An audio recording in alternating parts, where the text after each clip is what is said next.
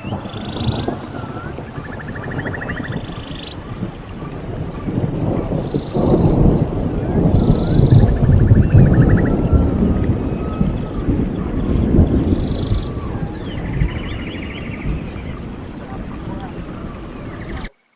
my issue. I don't know. The credit bureaus are hard to deal with, and I know you can dispute things. That'll take it off your record for 60 days, but it'll come back if the credit bureau that you dispute it with goes to Capital One. I don't know that you have an issue with Capital One. I think it's still an issue of mileage is not paid. Um, I don't think you can dispute that issue, but with that in mind, if I were going to try to dispute something related to credit, I would call a bankruptcy attorney to see what they recommend. Okay. Because they deal with credit on a daily basis.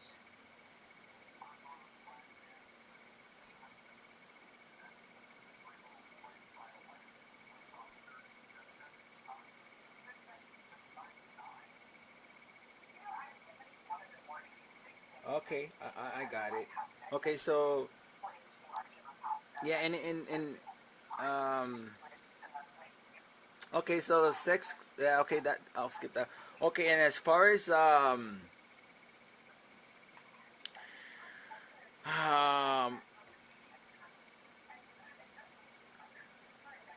is it possible for me to dispute if I don't agree with what they, okay, and I'm talking about the final medical evaluation report that the Dr. Eric E. Guzman is gonna write, because oh man, I don't know how to even ask this question. Okay, so okay, so right now what's pending from Dr. Eric E. Guzman is my final medical evaluation report. They're putting it together. Um, so my thing is, if there's something that is stated in that report that doesn't is that it jeopardizes like me receiving benefits from either EDD or state disability or anything like that, can I go ahead and dispute that? Is there any way to try to? There is a way to dispute it, but we can't do the dispute until we acknowledge something from the judge. The claim has to be open in order to dispute anything. Otherwise, everything is still on hold. So that's what we're dealing with. As to the work-related injury, we're dealing with the judge in order to make sure he closed your case. So there's nothing to deal with. Mileage, benefits, that won't impact unemployment or state disability, but it does impact your case. And we can dispute it, but I can't do anything until I have the judge acknowledge that there's an issue. That's just what we're working on.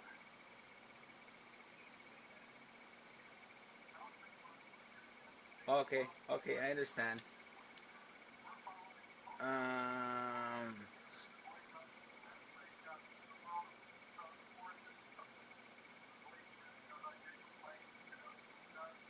and this might be seem like a about like a dumb question, but I don't know if you have any feedback or any info regarding, like, if you could explain about the ADR and how the prior attorney um, No, didn't do anything. I don't have the file. I Oh, don't okay. have the file from the judge, so I'm not going to speculate But once I get it reopened or get it organized, I'll be able to tell you exactly what happened. But I do know from the letter to your prior attorney from the judge, and he said, the judge said that he communicated with your attorney, and he communicated with you, no response, lack of communication, therefore the file was closed. It's just a matter of getting reopened. And is there any way that I could personally talk to that judge and tell him from my own mouth that that is not a fact? I wasn't even aware, and that oh Again, you have to wait okay till we get it open and get him to acknowledge it. okay You may be able to testify. But once we get it open, then we'll do all the procedures necessary. But we've got to get him to acknowledge or reopen it. So there's nothing you can do until we get him to acknowledge there's a claim. We're working on that. okay, understand. And if possible, if you can explain about the what happened with the no insurance, and originally it was Frederick, and why are they not anymore? How, I don't know if you could tell me anything regarding that, the no insurance and Frederick. Let me see. I'm working remotely, but generally,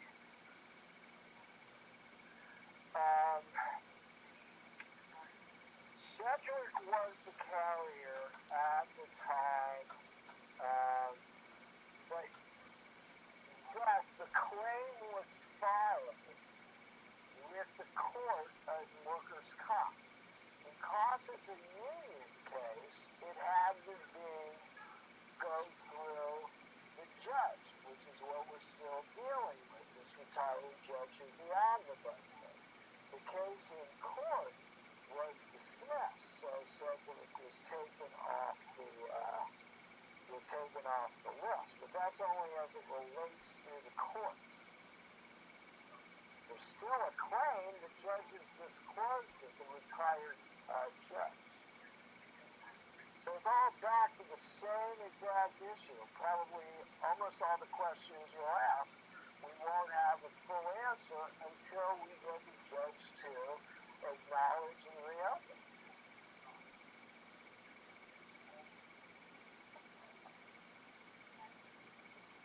Okay.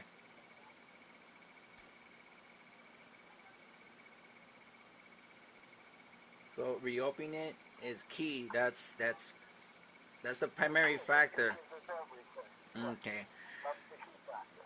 That is the only factor at this point. Yeah. So I'm just gonna kind of ask you these questions, and we could just kind of go through them. But there's some that are like really important. Okay, I'm just gonna kind of go through them and just maybe in my mind just kind of see that you already have an idea what the answer is gonna be. Okay. Here's the problem. I was really calling you and prepared to talk to you about the malpractice. I'm working remotely. If you want to send me an email on the questions, then I can get access to the full file and answer and address any of the issues and concerns. But right now, because of the virus, I'm working remotely, and I don't right now have access to your file because I was just prepared to address the questions in malpractice. However, I'll be more than happy to answer any of your questions if you want to email them to me, and we can take care of that for you.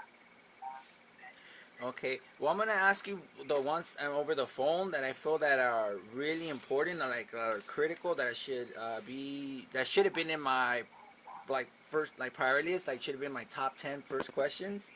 So I'm having Mr. Merkel, I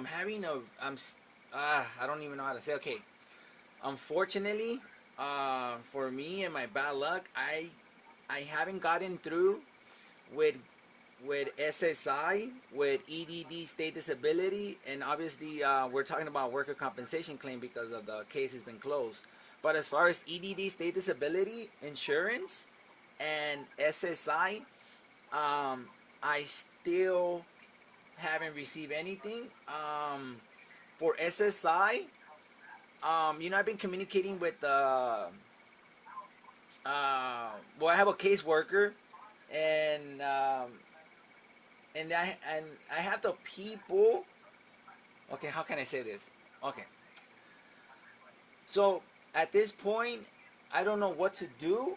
Um, it seems like no matter what I have tried in the past, like what letters I have written, who have I spoken to, what I have said to them, it hasn't changed anything.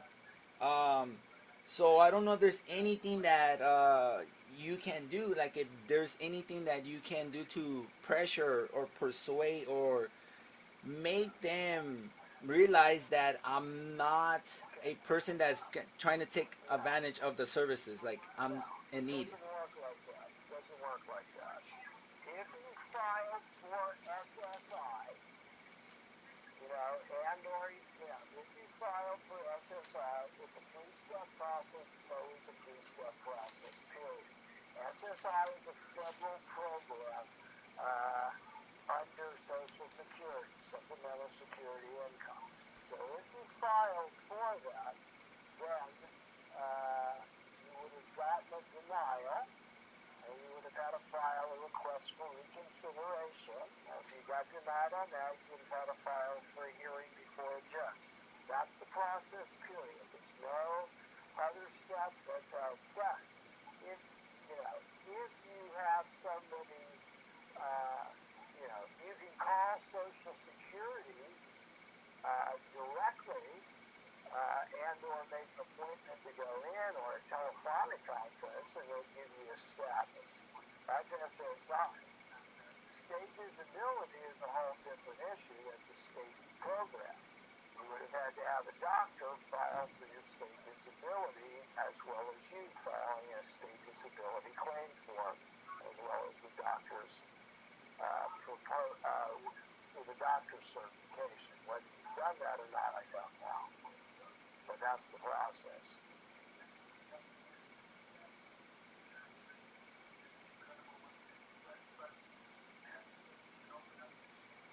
Okay, so SSI is a federal program, and it's regarding your Social Security income, and Supplemental security income. That's what it is. supplemental. Under the Social Security Administration.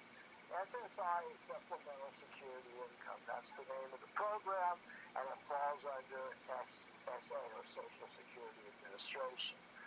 So if you filed, you would have got a letter from them, and you would call them to see where you stand. If you haven't filed yet, you would have to file in order to see if you're denied.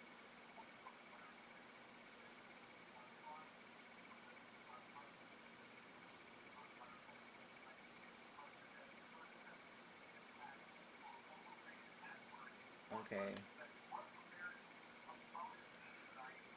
Okay, and the I'm gonna ask you the one that I've been giving it a lot of thought because I have a lot of time. So as far as the whole,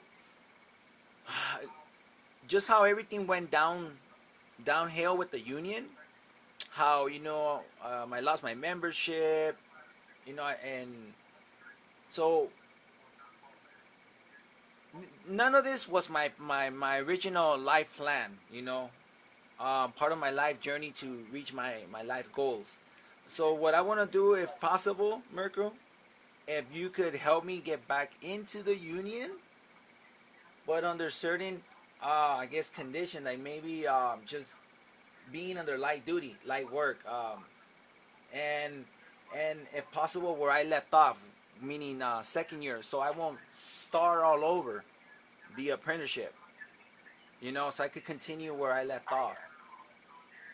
Right, but see, I have nothing to do with the union. I only have everything to do with the workers' comp claim. The union and the claim are two separate areas.